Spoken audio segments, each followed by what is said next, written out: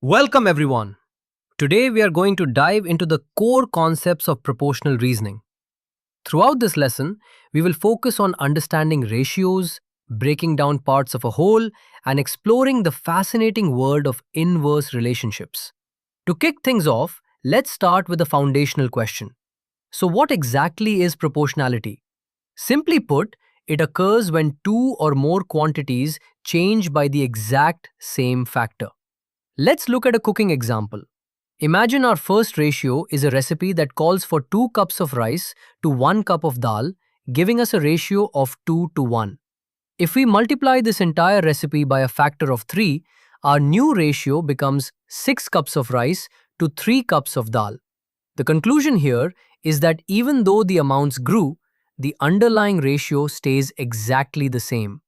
Since ratios can look different while meaning the same thing, how can we mathematically prove they are equal? To check if two ratios are proportional, we use a simple rule. If A to B and C to D are proportional, then cross multiplying them means A times D equals B times C.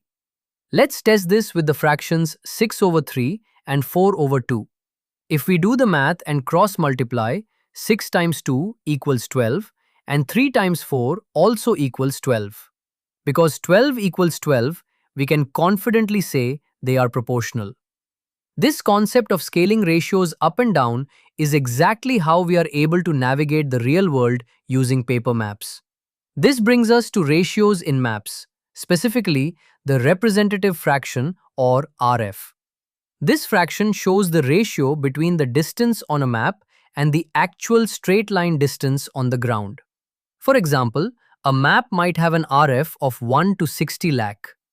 This simply means that 1 centimeter measured on the map equals 60 lakh centimeters on the ground, which neatly converts to an actual distance of 60 kilometers. Maps usually just compare two things, map distance and real distance. But what happens when our recipes or mixtures have more than two ingredients? The great news is that ratios can have many terms, as long as the rule remains the same. Every single quantity must change by the exact same factor. Let's look at mixing purple paint using a ratio of red to blue to white. Our base recipe is 2 to 3 to 5. If we want to double the recipe, we multiply everything by 2, resulting in a new ratio of 4 to 6 to 10, which gives us 20 total liters of paint.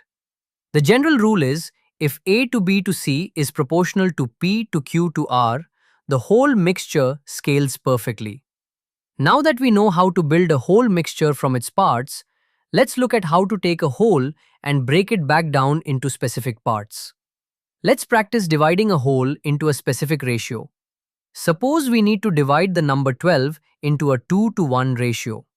Step 1 is to add all the terms together, so 2 plus 1 gives us 3 total parts. Step 2 is to divide the whole amount by that sum, meaning 12 divided by 3 gives us a value of 4 for each single part. Finally, step 3 is to multiply each term in our original ratio by this value. 2 times 4 is 8 and 1 times 4 is 4, giving us our final result of 8 and 4. Let's apply these exact 3 steps to solve a geometry problem. Here is our problem. We need to construct a triangle with interior angles in the ratio of 1 to 3 to 5. First, we must remember that the total angles of any triangle always add up to 180 degrees. Following our 3 steps. Step 1, we add 1 plus 3 plus 5 to get 9 total parts. Step 2, we divide the total 180 degrees by 9, meaning each part is worth 20 degrees. For step 3, we multiply. 1 times 20 is 20 degrees, 3 times 20 is 60 degrees, and 5 times 20 is 100 degrees. We can use this exact same logic to divide up a circle instead of a triangle. This leads us to pie charts, which visually show different proportions of a whole 360-degree circle. To find the slice size, the formula is the ratio value divided by the total sum of the ratio multiplied by 360 degrees. A pro tip here is to always simplify your ratio first. For instance, a complex ratio like 12 to 10 to 8 to 6 to 4 can be simplified down to 6 to 5 to 4 to 3 to 2, making the math much easier. Let's look at exactly how to construct one of these slices on paper. Let's build a chart. Say grade A represents a ratio of 6 out of 20 total parts. Using our math formula, 6 divided by 20, then multiplied by 360 degrees, gives us an angle of 108 degrees. To draw this, our construction steps are: 1. Draw a circle and a starting radius line. 2. Use a protractor to measure that first angle of 108 degrees. And 3. Draw the next line. And simply repeat the process for all remaining slices. Up to this point, everything we've looked at has scaled up together or scaled down together. But there is another type of proportion. There are actually two distinct types of proportions. What we've discussed so far is direct proportion. This is when one quantity increases, the other increases along with it, changing by the exact same factor. For example, more paint equals more walls painted.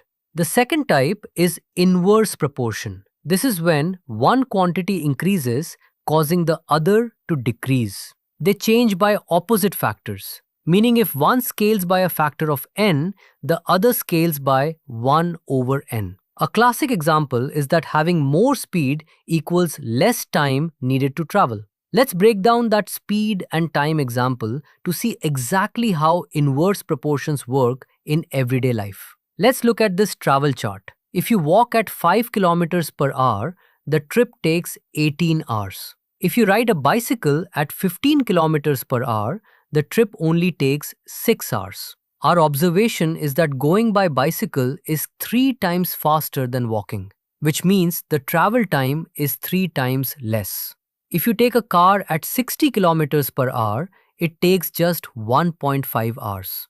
The big idea is that speed increases by the exact same factor that time decreases. We can capture this relationship in a single, simple mathematical formula. The formula for inverse proportion is x times y equals k. The rule states that the product of two inversely proportional quantities always stays the same, forming a constant, which we call k. The equation is written as x sub 1 times y sub 1 equals x sub 2 times y sub 2 equals k. Let's check our travel example to prove it. For walking, 5 kilometers per hour times 18 hours equals 90. For the car, 60 kilometers per hour times 1.5 hours also equals 90.